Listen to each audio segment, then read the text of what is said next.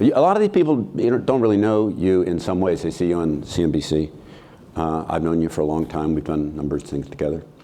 They don't necessarily appreciate that you've got background beyond that you were a major hedge fund manager, that you're Harvard Law. You actually were school chums with Elliot Spitzer once upon a time, that you were at Goldman. You got a much broader background than most people actually appreciate before you ever got to the point of founding TheStreet.com. Thank you, Ken. Thank you very much. And I don't know that I've told you this or not. They would not know this, but when my firm does focus groups in Europe, other than Warren Buffett, your name is the only market maven name that has recognition in Europe. That's really impressive when you stop and think about it. It's esteemed grouping. It's really quite nice. But our topic today is fake news. We're going to stick to the time limit and move pretty fast. By definition today, some people's fake news is somebody else's belief in reality. And that runs the potential of the risk and concern and fear that fake news moves markets in bad ways. Before we get into more detail, in your mind, does fake news move markets at all? It can, because there's a concerted effort by some people who want the fake news and can move it quickly. You were kind enough to give me my background. When I first wanted to write about stocks, I went to Jim Michaels at Forbes, and I said, Ken Fisher writes about stocks, and he's a manager. I want to write about stocks. And he said, you are a hedge fund manager, and you want to write about stocks, you might be in and out of that stock instantly. I think there are a lot of people who want to be in and out of a stock, in before they break so-called news, and out after they get it, and they get away with it. And they get away with it because there is no sensitivity among the press or among the Justice Department that somehow this is a crime. So it is a crime, it's a felony. And you know more about that than I would. But in days, I didn't study law. I just oversaw a law department for a long time. We've had this stuff, however, for a long time. Right. We had yellow journalism. Foster Winans went to prison for exactly doing that for a major organ. Other people have had these problems. In those ways, it's not new. It's just now proliferated into platforms and other functions. How is it that people do things? What exactly do they do, and why is it that no one notices? And where's, oh, by the way, the SEC in this? Look, the latter is very quizzical, because the SEC should be looking at all of this. Anytime Can they? Do they have the breadth to do that? Well, maybe their budget doesn't allow them, but they have a market surveillance group that should be able to look at something that's popped and then went down the next day and question why it popped and then work backwards. But I think some of it is entertaining. So Ken knows I like to... He is always, whenever you do something with Jim, he's the most prepared guy you would ever see. He's always got a ton of notes, and they're always scribbled, and he's endlessly prepared. He must have been a Boy Scout. Thank you. Well, I was an explorer, we called it. Now, okay, good for you. Here's a piece from Vanity Fair Hive, and I've had Hive on, and they're excellent. And it says, will Apple buy Snap? When this appeared, Snap, which is a company with very dicey fundamentals, immediately went up 75 cents to $17 stock. And the headline underneath it is assessing the wisdom of an increasingly popular Silicon Valley dinner party parlor game. I don't even know if people got to that line, Ken. I think they just said, hey, Apple to buy Snap, that makes so much sense. Apple needs to be in social media. They missed out on Facebook. That makes sense. Let's buy Snap. And that's the kind of thing that was opinion. This was opinion, and it came out as fact. And I think that bridge should be blown up like the bridge over the River Kwai. So when I started writing for Jim Michaels in 1984, I'm writing opinion. There's the 5 W's and the H. People are expecting my opinion's my opinion. They're not expecting me to be news. They're expecting me to be opinion. News was someplace else. Nowadays, I read stories all the time where I actually get to the end of the story. I can't quite figure out where the 5 W's and the H are. How do you, whether it's at CNBC or at TheStreet, how do you, when you see stuff coming into you, determine that this is something that you should then push back out to the world? I'm old-fashioned, Ken. I look at the byline. if it's the byline of someone I know, a byline of someone who has gotten to the point where I've read them long enough, I trust that person. So if I say, oh my, David Faber just went out and said there's no way that Nordstrom family can get a deal done, that means that deal is done. There will be other people who will still write after David that say there's a $54 bid coming for Nordstrom. That person I never want to read, because I know that Faber doesn't want to put his name to something. There are people at TheStreet whom I read and I say, okay, that person has been in the market for 35 years and is worried about his reputation. To be worried about your reputation is that's point one. Point two is, do you feel like you need to apologize? There are a lot of people who feel they don't need to apologize. They'll get it wrong. When David and I make mistakes, we say, before we get started, let me just tell you. And I think that it's embarrassing when you say it, but reputationally, it's what must happen if you're going to be trusted. So this is wrong as opposed to what's normally thought of as correction. This is correction is, I said this, but I was wrong on my facts. It wasn't 10.7, it was really 8.2. Correction. This is mea culpa, I was wrong. Mea culpa. And I think the really good organizations, the FT, if it makes a mistake, it's going to have a mea culpa. The question is, will they make it even bigger than the story? Because a good organization recognizes that they have to. A bad organization just figures, hey, maybe no one caught it. Maybe no one caught it, but somebody lost money on it. And in the world that I'm from, if someone lost money on it, then there's an explanation that has to be given about what was the process that you got. What were your checks? Did you think? And that brings me to a second point. There used to be 2 or 3 editors between what you wrote and what I wrote and what you saw. And every one of those editors would be equally as skeptical as the previous. And the last one would look you in the eye and say, you know it's going to be difficult to keep your job if you're wrong about this one. And I had one last week about Larry Kudlow getting the job as the chief senior economic advisor. And I sourced that piece. I was out in San Francisco. I sourced that piece with 4 different people before I went to Larry to get it confirmed. And the next day I'm told, because I don't Google myself, because I've learned a long time ago, don't Google yourself, that the Washington Post wrote a piece that attacked me for breaking the story because I was too close to Larry. Larry was my partner in 2005. If I'm too close to him because 13 years ago, I worked with him, well, guilty. I mean, I couldn't believe that was somehow that my sourcing was just a joke and done for show.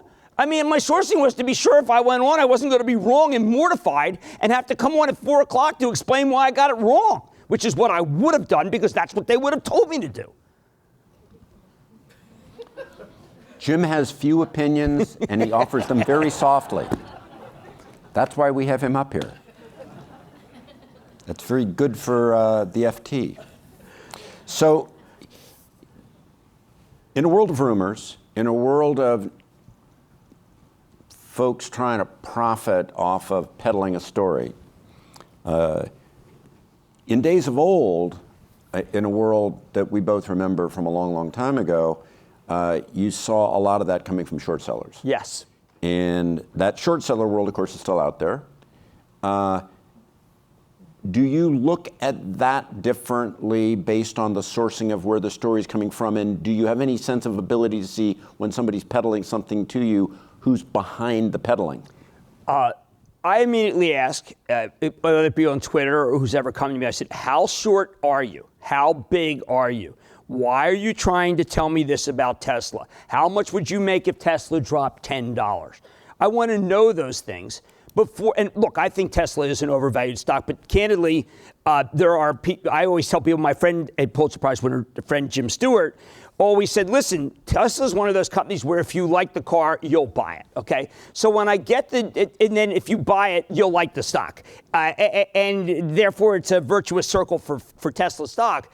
But if I can't get a straight answer about how big the short is, I'm not interested.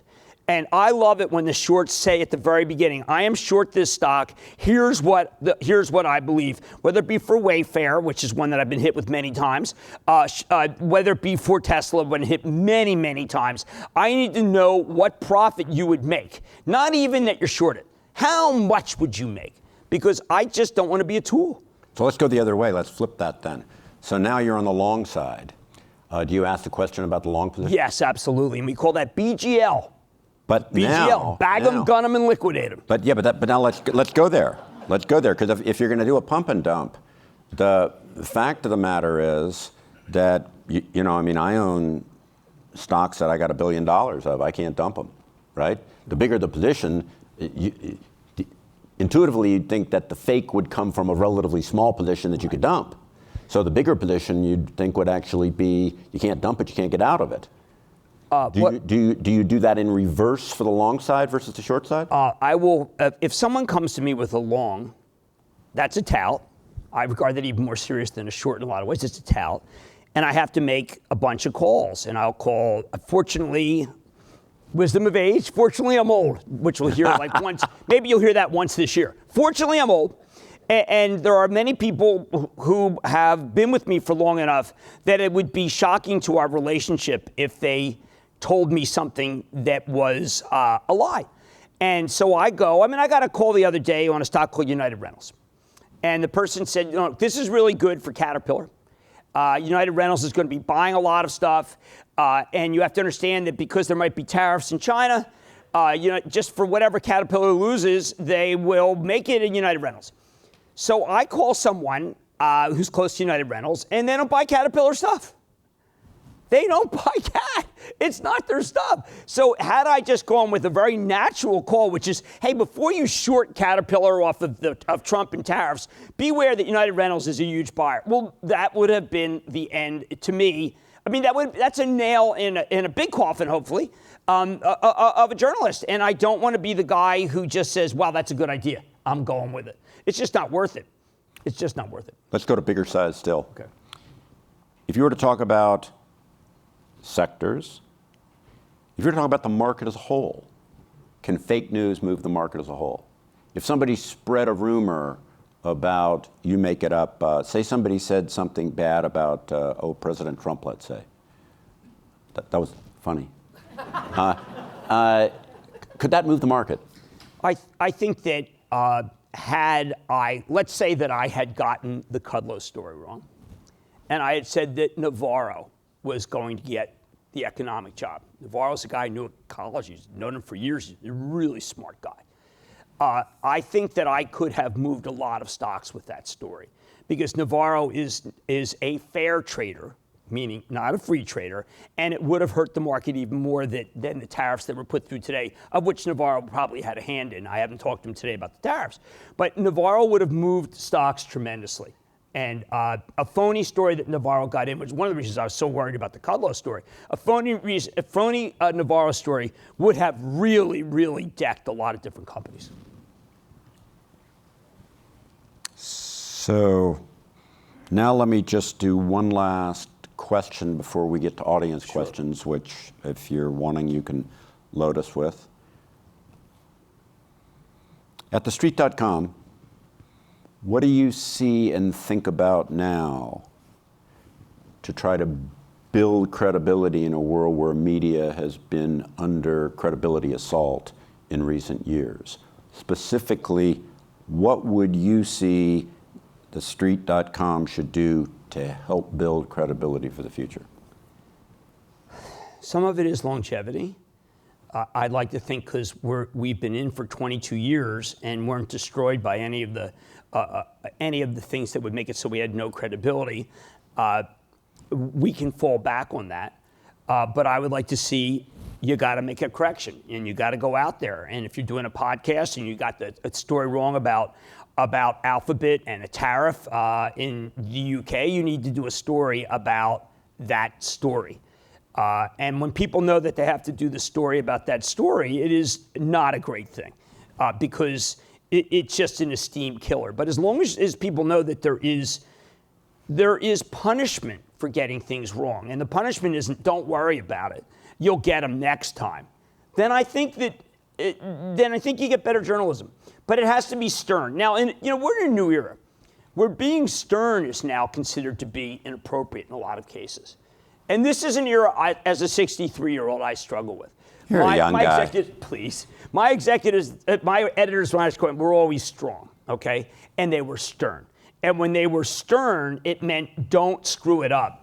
I think there are a lot of people who are journalists themselves, so there's no one even going to tell them that they write on Reddit for what, my daughter gets a lot of news from Reddit, which is painful for me. Until Brian Krasanich told me that he was interviewed by Reddit, and I said, oh my God, now I got this to read. But I think that as long as there's pain, and as long as there is an admonition, and as long as there is an apology, you're going to get credibility. If you have to do it too many times, of course, obviously you shouldn't be in the business. So now it's being painfully clear that I made a serious error. What? Well, I forgot to pick up the tablet. And they're taking care of me, which the FT always does. So looking for audience questions here. Right now, we have one. Maybe more are coming. And the one is, some people say it's the outsider traders we have to worry about more than the insiders. What do you think? So like outsider art? No, that's not. No, I think they're referencing all the things we've been talking about, the short sellers, and as opposed to management. Well, look, I think that in a lot of the world, insider trading is not illegal. I think that if you can put something, when Morgan Stanley was at 12 going to 9, there was a report in a website which said that it was insolvent, that it was going to might go under the week after. And when you report that, if you say, listen, but don't worry, that's from some website that said X, and the website doesn't have that the guy shorted, which, by the way, all that I just mentioned occurred. Okay, it all occurred. Then you have to it's your duty right then to get a hold of that CFO, and you got to find out the other side of the trade. You just have to. Everybody in journalism had to try to get a hold of the CFO. I got a hold of her, and I hope that I did something good by getting the other side of the story up. Well, my tablet's gone bonkers on me, so I don't have your questions. How terribly rude of technology. We need to come up with a better platform. Is there anybody from some organization that can deal with a platform here? I'm not sure which of the many buttons that I could push is the right one for what we've got. No, that doesn't do it. I already did that about 5 times. So we've got a couple minutes left. Tell me the most egregious versions of fake news that you've actually seen. Things that you've seen come at you that you knew. You've been around a long time, you got a nose. Nose goes a long ways if you've got experience and time. You're a young guy compared to me, but I appreciate that. Well, it happened, I'll tell you. Tell me the worst. Egregious? Yeah, tell me something, tell me an ugly story. People love stories. Journalism's full of stories. Yeah, not that someone said that 50% of Facebook's earnings are about to go away because of what happened. That was said this morning. Or that 50% of PayPal's earnings are going to go away because of the eBay split. That was said last week. These are things that people trade off of that I don't like. I think the worst one I ever saw was a call I got that said that Dayton Hudson is about to get, that's the name for Target back then. Dayton Hudson's about to get a bid, and you should get long it. And I said, look, I don't do that stuff. That's how you go to jail. And then someone else called me and said, Dayton Hudson's about to get a bid. And then there was at 7:30 in the morning a story that appeared on the wires that Dayton Hudson had gotten a bid. And the whole thing was phony. And all of these people liquidated into the up 10. And I just figured that, well, the SEC will get the phone line, they have to get the phone numbers, right? I mean, don't they have to get everything on that? Doesn't everybody get prosecuted on that? And they got away with it. When was this? Oh, it would have been 1985, 86? Statute of limitations. You know, Elliot Spitzer could have become governor off of that. Well, it. I never say no comment. I'm going with a no comment here. We got time for a 60-second answer. Is this an opportunity, fake news, for savvy traders to profit, not knowing anything about, not knowing who's coming from behind? Is fake news an opportunity for a good trader? No, they'll fail. It's like you go into the horse race and you hit the first, you hit the second, and somehow you think you're going to hit the third. No, the answer is absolutely not. And you know what? I'm so glad about that because I want everyone I'm out of the business. I want people like you in the business, longer term view, really get it and explain. Because these younger people, if you explain, you entertain, they will get involved. They won't just say, oh, I've got a bad student loan, because we need younger people to get in the market. Jim, thank you so very much. Thank you, Ken. Appreciate it.